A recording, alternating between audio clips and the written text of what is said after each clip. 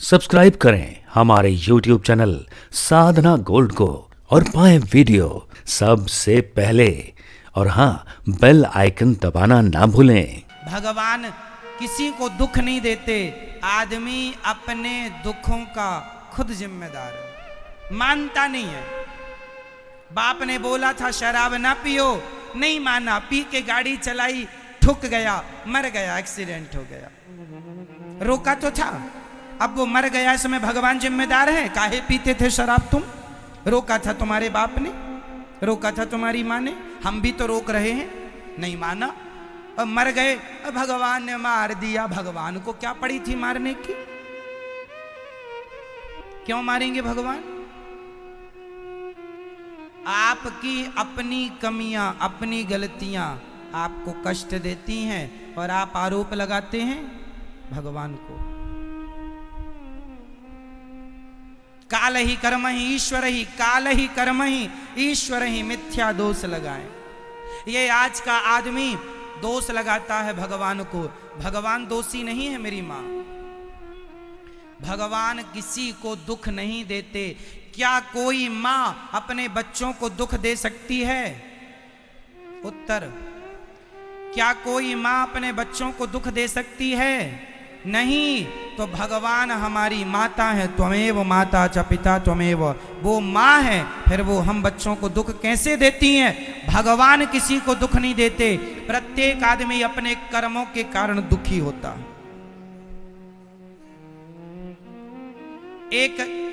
एक जज 5 लाख रुपए घूस लेता हुआ पकड़ा गया, उसकी नौकरी चली गई। एक जज 5 लाख घूस लेता हुआ पकड़ा गया, नौकरी चली गई। अब बाद में रोता है, हे भगवान तुमने हमारी नौकरी छीन ली। लो भैया, भगवान ने कब छीन ली तेरी नौकरी? शर्म नहीं आती तुझे बोलने में? क्यों मैया? भगवान ने छीन ली? भगवान ने तो दी थी। किसने कहा था भ्रष्टाचार करने को? क्यों किए हो?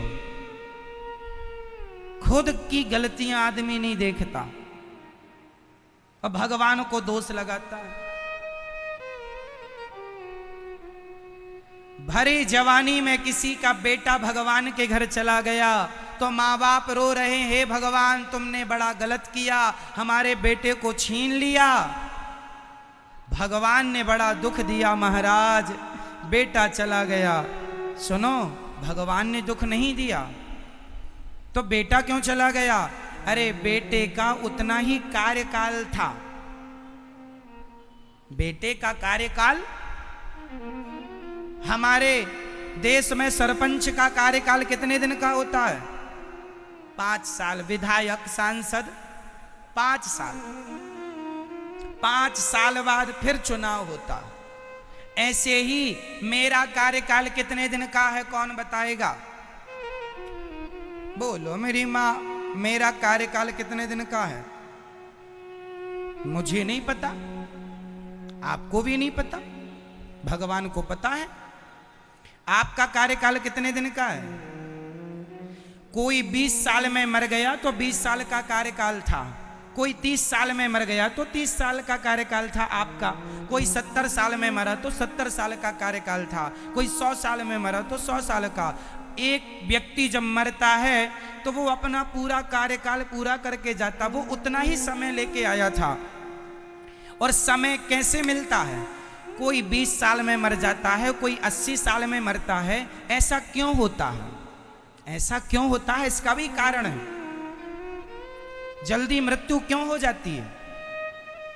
तो सुनो, जल्दी मृत्यु इसलिए हो जाती है कि हमने इस जन्म में जो भी किया, अच्छा या बुरा, उस अच्छे और बुरे को करने के लिए हमें अगला जन्म मिलता है और वो जितना जल्दी हम कर लेते हैं, अच्छा या बुरा का जो भी हिसाब किताब चुकाए, हिसाब किताब चुका कि छुट्टी, चाहे 10 साल में चुका लो।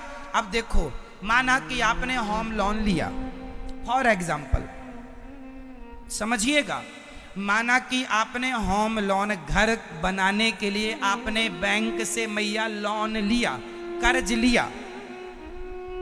आपने लिया 10 लाख रुपए, उदाहरण दे रहा हूं, आपने बैंक से 10 लाख रुपए आपने उठा लिए, ले लिए, बैंक ने आपको दे दिया। अब आपकी महीने की किस्त तैयार हो गई। महीने की किस्त माना कि आपको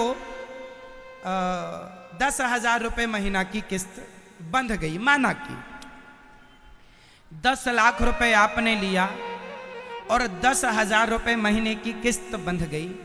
अब यहां पर एक ऑप्शन ये है कि आप चाहे 10-10 हजार रुपए महीने दे के अपना लोन चुका लो, या फिर आप 2-4 महीने बाद, 1 साल बाद आपके पास 10 लाख आ जाए कहीं से, तो एक साथ दे के आप अपना लोन क्लोज कर सकते हैं।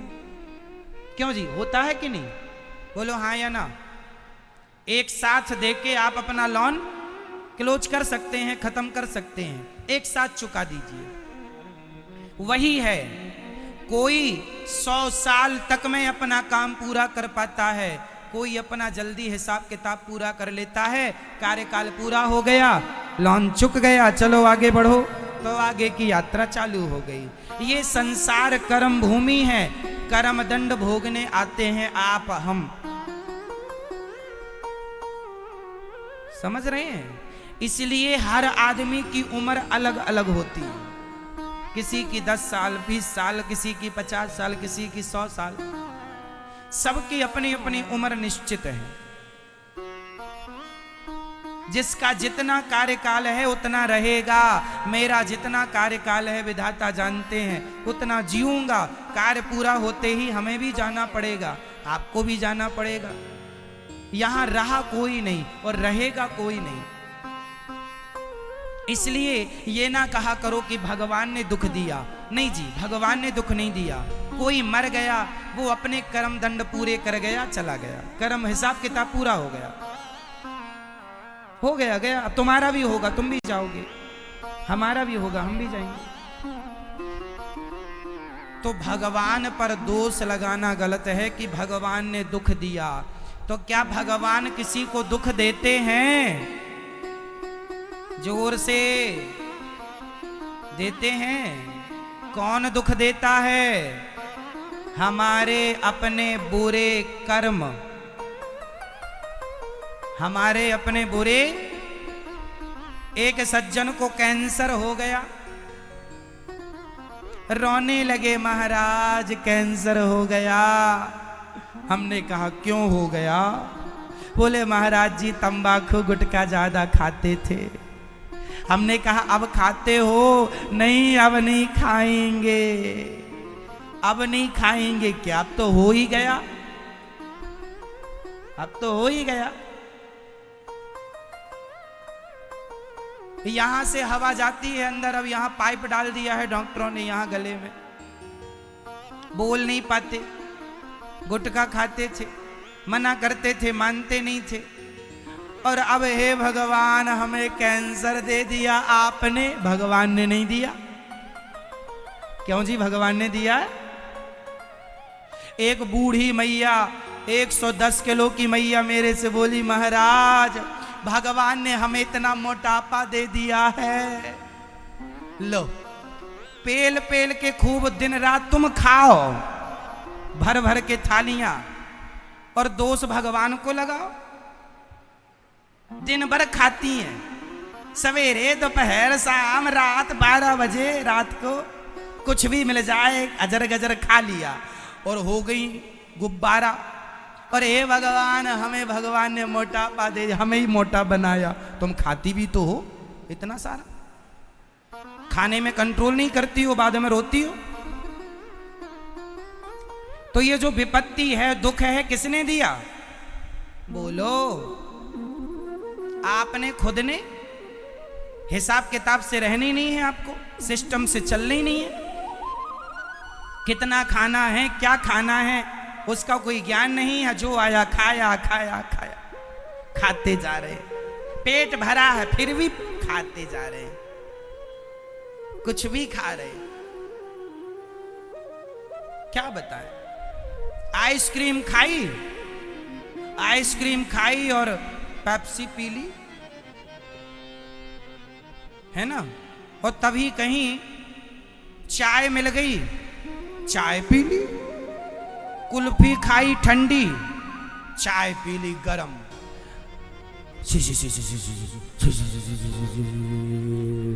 महाराज बीमार पड़ गए हम, भगवान ने हमें बीमार कर दिया। लो, भगवान ने कर दिया कि तुम्हारी बेवकूफी ने कर दिया? कुल्फी खा के चाय पियोगी तो मरोगी नहीं। हर आदमी कसूरवार भगवान को ठहराता है, अपने को नहीं देखता कि हम कहां गलत हैं। हाँ या ना? इसलिए को ना काहू को सुख दुख कर दाता, निज कृत कर्म भोग सब भ्राता। जो जैसा कर्म करता है वैसा फल भोगता है। भगवान का आपके सुख दुख से कोई लेना देना नहीं। तो फिर प्रश्न ये खड़ा हो जाएगा, जब सुख दुख से भगवान का कोई लेना देना नहीं तो फिर भक्ति क्यों करें? तुरंत सवाल खड़ा, फिर भक्ति क्यों करें? तो उत्तर सुनो, भक्ति इसलिए करना चाहिए कि सुख दुख हानि लाभ तो यहां मिलती रहेगी, पर जो मोक्ष मिलेगा, जो परलोक बनेगा, वो भक्ति से बनेगा। तो भक्ति यहां के लिए नहीं करना, यहां तो वही मिलेगा जो पिछले जन्म में कर चुके हो। वो प्रारब्ध कटने वाला नहीं है, वो तो मिलेगा। राम के जीवन में 14 साल का दुख था तो भोगना पड़ा। राम का भी प्रारब्ध कटा नहीं, तो हमारा तुम्हारा कट जाएगा? कर्म दंड तो राम जी को भोगने पड़े तो हमें नहीं भोगने पड़ेंगे? भक्ति करने से यह होता है कि आपका जन्म और मृत्यु का जो चक्र चल रहा मेरे संग, पुनरपि जननम पुनरपि जन्म मृत्यु जन्म, आपका कितनी बार जन्म हुआ मैया? करोड़ों बार। आप करोड़ों बार किसी की पत्नी बन चुकी हैं, करोड़ों बार किसी की माँ बन चुकी हैं, करोड़ों बार आप लोग इस धरती पे कुछ ना कुछ बन के आ चुके हैं। जन्म मृत्यु का चक्र चल रहा, आप लोगों को पता नहीं, भूल जाते हैं। यदि इस जन्म और मृत्यु से बचना है, उसके लिए भक्ति करनी पड़ती है। प्रभु आपका दर्शन हो जाए, आपकी भक्ति प्राप्त हो जाए। जो भगवान के हो जाते हैं वो सदा सदा के लिए जन्म मृत्यु से बच के वो भगवान के हो जाते हैं, वो भगवान के। तो भगवान तक पहुंचने के लिए भक्ति करना होता है। भगवान की आवश्यकता इसलिए कि इनकी भक्ति करके इन तक पहुंचा जा सकता है, नहीं तो फिर जन्म मृत्यु का चक्र चलता रहेगा। कब से? कब से?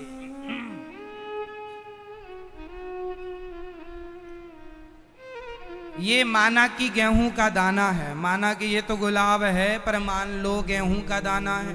माना कि ये गेहूं आप पानी में डाल देंगे तो रात भर में अंकुरित हो जाएगा। माटी में डाल देंगे अंकुरित हो जाएगा, हाँ या ना? जोर से। मैया, ये मैया कह रही नहीं होगा।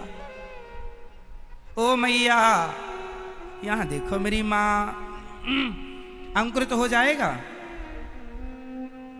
एक रात में नहीं होगा, हो जाता है मेरी माँ, रात भर में अंकुरित हो जाता है। वही तो हम कह रहे हैं, पानी में डालने में अंकुरित गेहूं का चलो 2 रात में हो जाएगा, 5 रात ले लें। आपके हिसाब से कितनी रातें ले लें बताओ? आपके हिसाब से चलेंगे, बड़े बूढ़ों के हिसाब से चलो। मैया के हिसाब से यदि 5 रात में भी गेहूं अंकुरित हुआ तो सुनो, गेहूं हमने डाला मिट्टी में, अंकुरित हो गया। अंकुरित होने के बाद उसमें पौधा तैयार हुआ, उसमें फिर फल तैयार, मतलब गेहूं तैयार हो गया। गेहूं पक गया, हमने तोड़ लिया। तोड़ने के बाद फिर से बो दिया, तो फिर से बोने पर वो अंकुरित होगा कि नहीं? बोलो, होगा। फिर अंकुरित होगा, फिर पौधा लगेगा, फिर पकेगा, फिर उसका फल आएगा, फिर बो देंगे तो फिर अंकुरित होगा कि नहीं? ये करोड़ों जन्म से चला आ रहा है, हाँ या ना? उसे अंकुरित होने से कोई रोक नहीं सकता, यदि उसे पानी और मिट्टी बराबर मिल रही है तो, खाद बीज बराबर मिल रहा है तो। लेकिन उसी गेहूं को आप जरा कढ़ाई में डाल दो, गरम कढ़ाई में, और जरा सा गरम कढ़ाई में 2 मिनट तक भूंजते रहो, ऐसे हिलाओ तो उसके बाद वो जब भून जाएगा तो उसके बाद उसे बोएंगे तो अंकुरित होगा? नहीं। क्यों नहीं होगा? उसकी अंकुरित शक्ति नष्ट हो गई। उसी तरह हम लोग जन्म लेते फिर मर जाते, जन्म लेते फिर मर जाते, जन्म लेते फिर मर जाते, जन्म लेते फिर मर जाते। कब से चल रहा है? करोड़ों जन्म से चल रहा, करोड़ों साल से यही चल रहा। जन्म मृत्यु, जन्म मृत्यु, जन्म मृत्यु, जन्म मृत्यु, जन्म मृत्यु। इसलिए अब मौका मिला है तो जैसे गेहूं को गर्म करने पर उसकी अंकुरित शक्ति नष्ट हो जाती है, उसी प्रकार आप और हम अपने आप को भक्ति की आग में तपा दें। और जब भक्ति की और प्रेम की अग्नि में तप जाएंगे हम लोग, तो जन्म और मृत्यु के चक्र से मुक्त हो जाएंगे। जो जन्म और मृत्यु का अंकुर है नष्ट हो जाएगा और मोक्ष के अधिकारी हो जाएंगे।